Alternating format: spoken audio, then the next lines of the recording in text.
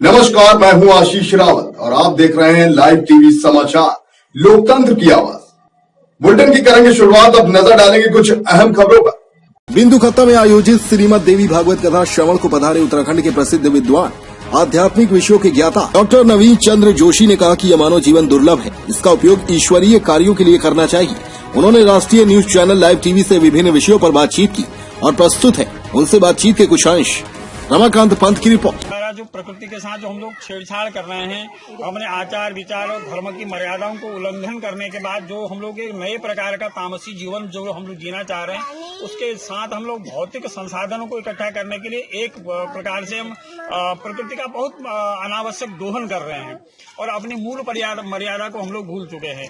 तो उसका परिणाम क्या है? आज हम देख रहे हैं कि हमारे सामने कोरोना महामारी है और हम अन्य और क्षेत्रों में देख रहे हैं कि पहाड़ों में नए प्रकार की आपदाएं आ रही हैं, समुद्री क्षेत्रों में नए प्रकार की आपदाएं आ रही हैं, जल से, वायु से, अनेक प्रकार के इन जो पंच तत्व हैं हमारे प्रतिकूल चल रहे हैं हमारे करने के कारण।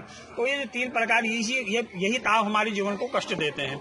तो देवी भागवत हमको ये सिखाता है कि सबसे जीवन में हमको एक किस प्रकार का खान पान रहन सहन ये चीज हमको होनी चाहिए। ये पुराणों के माध्यम से, पुराणों में किनके वचन है? हमारे ऋषियों के, वो आप प्रमाण है, वेद के प्रमाण है। उन्होंने हमको दिखाया है कि किस तरह का जीवन हमको जीना चाहिए और किस प्रकार का जीवन जीने के बाद हम दीर्घायु रह सकते हैं, एक सफल जीवन हमारा हो सकता है, मनुष्य से देवत्व हमारे अंदर में आ सकता है। ये पुराण की परंपरा हमको सिखाती है। तो उससे ये संसार के जितने भी प्रकार के ताप हैं, ताप का अर्थ है दुख, जो हमारे सांसारिक दुख हैं, कुछ अन्य और प्रकार के दुख हैं, उन सब दुखों का शमन इस कारण होता है कि हम उस देवी भागवत में केवल संसार में अलौकिक शक्ति ही विद्यमान रहती है। इसलिए शिव अलौकिक शक्ति है, माँ शिवा अलौकिक शक्ति है, तो उसके प्रति हमारी आस्था बढ़े, इसलिए हम लोग ये भस्म धारण करते हैं। बहुत सुंदर बात, बहुत सुंदर बात। पूज्यपाद महामंडलेश्वर हमारे ब्रह्मलीन जो बालकृष्ण यति जी महाराज हैं, मैं यति संप्रदाय का उनका शिष्य हूँ। तो महाराज जी ने जो गुरु मंत्र में ये दिया था कि आपको रुद्राक्ष धारण करना है, नित्य भस्म धारण करना है, शिव आराधना करनी है,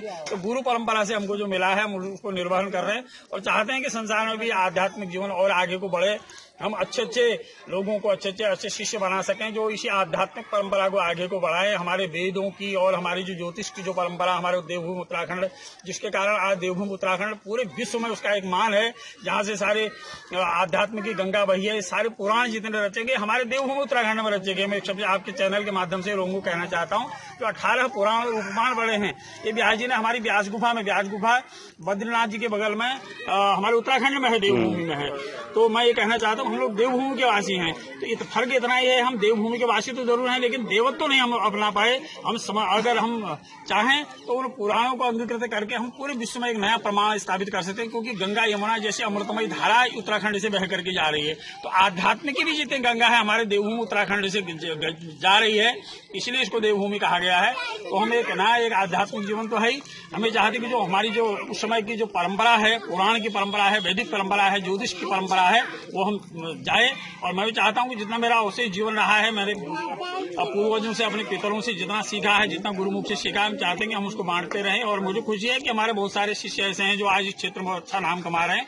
हम चाहते हैं कि हम सभी लोग गुरु परंपरा, शिष्य प्रशिष्य द्वारा, ये सब जैसे हमारे शिष्य प्रशिष्यों के द्वारा पुराण संहिताएं सब चलती रही, हमारे पास भी जितना है हम दूसरे को दें, वो तीसरे को दें। ये पूरे भारतवर्ष में हमारा आध्यात्म जो जिसके कारण एक अलौकिक शक्ति प्राप्त होती है, वो गंगा जी की तरह बहती रहे और एक नया गंगा सागर आध्यात्म का बने।